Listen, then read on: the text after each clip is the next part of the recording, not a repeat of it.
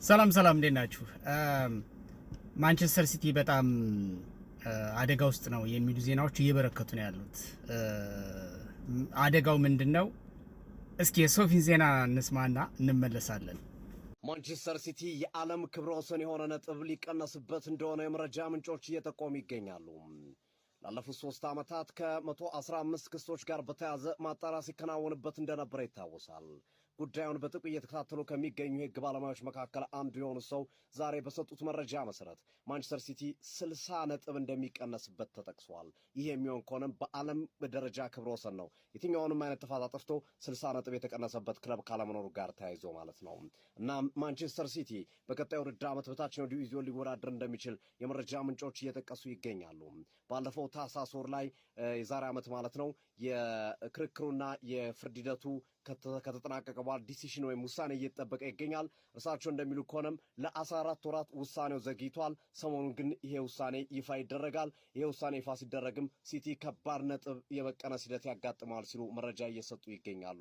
የአርሰናል ደጋፊዎች ይህ ጉዳይ አስረስቷቸዋል። ይህ መረጃ እያስረስታቸው ይገኛሉ።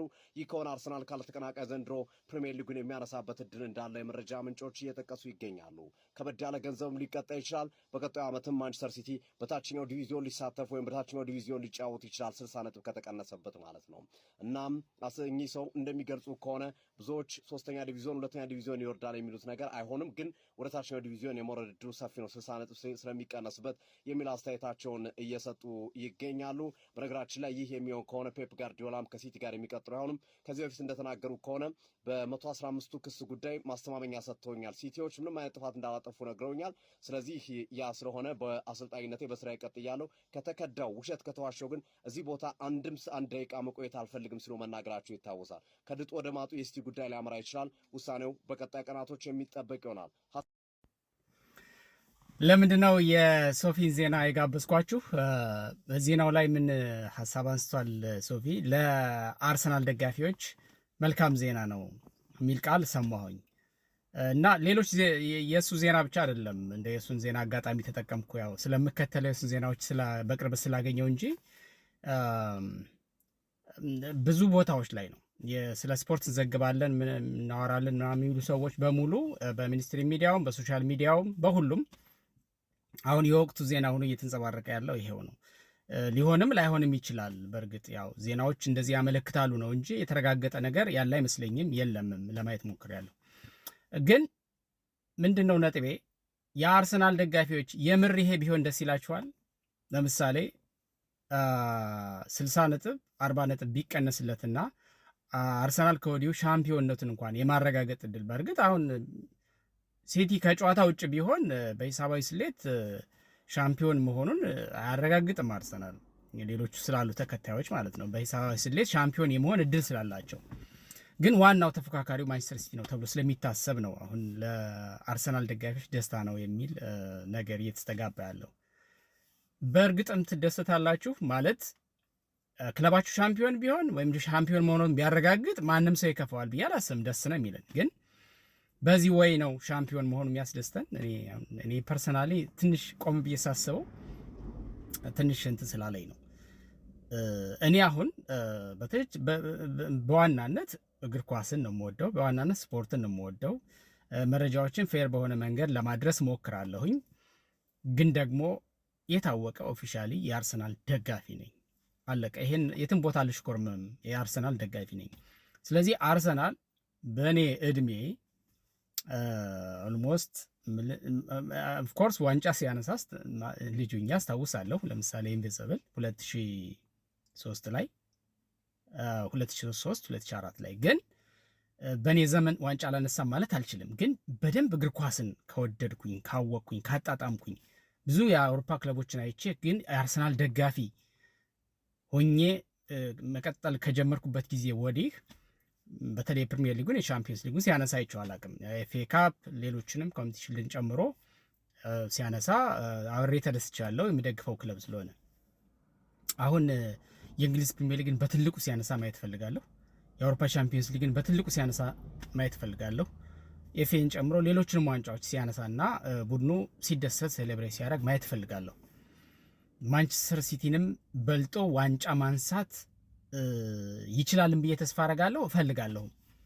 ግን እንዴት ነው ማንሳት የሚያስደስተኝ ብዬ ማስበው አሁን እንደሚባለው ዜና 40 እና 60 ነጥብ ማንቸስተር ሲቲ ተቀንሶለት ከጨዋታ ውጭ ሆኖ ሳይሆን በእርግጠኝነት አሁንም ቢሆን የማንቸስተር ሲቲን መሸነፍና ነጥብ መጣል ሳይጠብቅ አርሰናል ጥርስ ያለው አንበሳ ሆኖ ቡድኑ የተሟላ ስለሆነ ኳሊቲ ያለው ቡድን ስለሆነ ያለው ጥርስ ያለው አንበሳ መሆኑን አረጋግጦ ቢያንስ ቀሪ ጨዋታዎችን እንዲያው ቢያንስ ባለመሸነፍ 100% የአብዛኞቹ ጨዋታዎች ደግሞ በማሸነፍ ሻምፒዮንነቱን ማረጋገጥ እና በጣም ጀግና ወንዳ ወንድ ክለብ መሆኑን እንዲያሳየኝ ነው የምፈልገው። እኔ አሁን ማንቸስተር ሲቲ እንደዚህ ሊቀነስበት ነው፣ እንደዚህ ሊሆን ነው፣ ሊወርድ መውረዱን ማጭራሽ አልፈልገውም። እንደ ማንቸስተር ሲቲ ስላለ መስሎኝ እንደ ማንቸስተር ሲቲ አይነት ጠንካራ ቲም ተገዳዳሪ ቲም ስላለ መስሎኝ ሁልጊዜ ሰስፔንስ ሁነን የምንጠብቀው በየሳምንቱ ጨዋታውን ሁልጊዜ በጣም ኢገር ሁነን እያንዳንዷን እንቅስቃሴ የምንከታተላት። ስለዚህ እንደ ማንቸስተር ሲቲ አይነት ተገዳዳሪ ቡድን ከሌለ ጭራሽ ከወረደ ይህን ያህል ነጥብ ተቀንሶበት በጣም ዲስአፖይንት ሆኖ ከተፎካካሪነት ከወጣ ምን ትርጉም አለው? የኳስ ትርጉም እኮ የለውም። ከዛ በኋላ የኳስ ጣዕሙም ብዙ አይደለም። እኔ ብዙ ጊዜ ላለሁ ብዙዎቹ አይቀበሉኝም። የማንቸስተር ዩናይትድ ደጋፊዎችም አይቀበሉኝም ይህን ስል። ማንቸስተር ዩናይትድ ባለፉት ዓመታት ከነበረው ከፍታ የወረደበት ቁልቁለት እኔን አያስደስተኝም። እውነቴን ነው። ዝም ብሎ ለመፎጋገር የሆነ ነገር ልንል እንችላለን፣ ግን በዚህ ልክ ሲወርድ እንደ የማንቸስተር ዩናይትድ እና የአርሰናል ተፎካካሪነት መጠን እኮ ለእነሱም ደጋፊዎች ለእኛም ለአርሰናል ደጋፊዎችም እኮ ያለው ስሜት እኮ የሁለቱ ቡድን ተገዳዳሪነት ነው። እርስ በርስ ሲገናኙ አንዳቸው ላይ ከሌላ ቡድን ጋር ሲገጥሙ ነጥብ ሲጥሉ፣ ምክንያቱም ነጥብ ጣሉ ማለት ወይም ደግሞ ተሸነፉ ማለት ከኛ ጋር ተገዳዳሪነታቸው እየቀነሰ ይመጣል ነው እንጂ ጨርሰው እንዲወድቁ ወይም እንዲጠፉ በመፈለግ አይደለም። ማንቸስተር ሲቲ እኮ እንደተባለው ከ40 እስከ 60 ነጥብ ከተቀነሰበት ኦልሞስት ይጠፋል። እግር ኳስ ሞራል ነው፣ ስነ ልቦና ነው። ስነ ልቦናቸውስ እንዴት ነው የሚያገግመው? ጋርዲዮላ ምናልባትም ማክሲመም በሚቀጥለው ዓመት የሚቀጥለው ሲዝን ቢኖር ነው ላይኖርም ይችላል እየተባለ የተለያዩ ዜናዎች ይወጣሉ። ግን በእርግጠኝነት ቡድኑ በዚህ ደረጃ ነጥብ ከተቀነሰበትና ወደ ታችኛው ሊግ ከወረደ ይህን ቡድን ይዞ ይቀጥላል የሚል እምነት የለኝም። ስለዚህ ሲቲ ከወረደ ላይመለስ ሁሉ ይችላል። እሱን ነው ምለው እና ሲቲ የሚባል ቡድን ልንናፍቀው ነው ማለት ነው። ከተቀናቃኝነት አልፎ ልንናፍቀው ነው ብዬ ነው ማስበው እና እንደማይሆን ተስፋ አረጋለሁ። ባይሆን ጥሩ ነው። እኔ እንደ አንድ የአርሰናል ደጋፊ ይሄ አያስደስተኝም። ምክንያቱም ኳስን ስለምወድ፣ ተፎካካሪነትን ስለምወድ፣ ተፎካካሪዎችን ማክበርም ደግሞ ግዴታ ነው። በነገራችን ላይ እግር ኳስ መርህ ነው ይሄ። ተፎካካሪህን ማክበር ልክ በእምነታችን ምንድን ነው ባልንጀራህን ውደደው ወይም ጠላትህንም ውደደው ይላል አይደለ? እንደዛ ነው። እኔ ብዙ ሃይማኖት እንትን አይደለሁም፣ ሰባኪም አይደለሁም። ግን በሰው አምሳል ሁሉ ያለውን የተፈጠረ ክፋተኛ የሚሆን ደግም ይሁን ተንኮለኛ የሚሆን ያው ሰው በሰውነቱ አክብረው እኩል ውደደው እንደማለት ነው። ደግሞ በአንተ የሚገዳደር አንተን የሆነ ነገር ነጥብ ለማስጣል የሆነ ነገር ለማድረግ የሚሞክር ካለ ደግሞ ሞር እንድትበረታ ለዛ ብለህ ዝግጅት እንድታረግ ራስክ እንድታበረታ ስለሆነ ውደደው ነው። ለአንተ ጎጂ የሆነ ነገር የለም በዚህ ምድር ላይ ነው። በእግር ኳሱም ይሰራል ይሄ።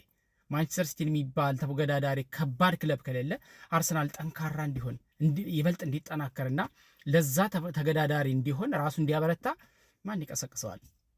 ማን ፑሽ ያደርገዋል? ፑሽንግ ፋክተር እኮ ያስፈልጋል በላይፋችን በየትኛውም አቅጣጫ እንቅስቃሴ ፑሽንግ ፋክተር በጣም አስፈላጊ ነገር ነው። ፑሽ የሚያደርገን ነገር ያስፈልጋል። ለሆነ ነገር ብለን ነው ራሳችን የምናበረታው፣ ለሆነ ነገር ብለን ነው ራሳችን የምናጠነክረው። ያ በጣም ቬሪ ኢምፖርታንት ነው። ስለዚህ ማንቸስተር ሲቲ ይበልጥ አርሰናል ሁሌም እንዳይዘናጋ ራሱን እንዲያጠናክር ራሱን እንዲያበረታ በተጫዋቾች አዳዲሶችን በማምጣት ያሉትን በማደራጀት ቡድኑን በአጠቃላይ በሁሉም አቀፍ ረገድ ጠንካራ እንዲያደርግ እንደ ማንቸስተር ሲቲ አይነት ጠንካራ ቡድን በሊጉ መኖር አለበት። ተፎካካሪ ሲኖር ስለሆነ ሞር መበርታት የሚቻለው በሊጉ ውስጥ ያለ ጠንካራ ተፎካካሪ አንተ ጠንካራ ሞር እንድትሆን ያደርግሃል። ከዛ በኋላ ያ ጠንካራነትህ ይወጣና በሌሎች ሊጎች ላይ ለምሳሌ እንደ አውሮፓ ቻምፒየንስ ሊግ ባለ መድረክ ላይ ደግሞ ይበልጥ ጎልተህ እንድትወጣ ያደርግሃል ማለት ነው። ስለዚህ ማንቸስተር ሲቲ በጣም ጠቃሚ ቡድን ነው። በሊጉ ውስጥ መኖር አለበት። ነጥብ ሊቀነስበት አይገባም። ከነ ሞራሉ ሊኖር ይገባል። ነገር ግን አርሰናል እንደ አንድ ደጋፊ ቀሪ ጨዋታዎችን በሙሉ በማሸነፍ ካልቻለ ደግሞ ቶታሊ ባለመሸነፍ የተወሰነ ድሮ ቢያደርግ እንኳን አብዛኞቹን በማሸነፍ ሻምፒዮንነቱን ማረጋገጥ አለበት ብዬ እሱን ነው በጉጉት የምጠብቀው እንጂ የማንቸስተር ሲቲ ነጥብ ማጣት መውረድ እኔ ብዙም አያስደስተኝም። እሱን ለማለት ነው። እስኪ የእናንተን ሀሳብ ግን ልወቀው፣ በኮሜንትም በምንም አሳውቁኝ። ይመቻችሁ።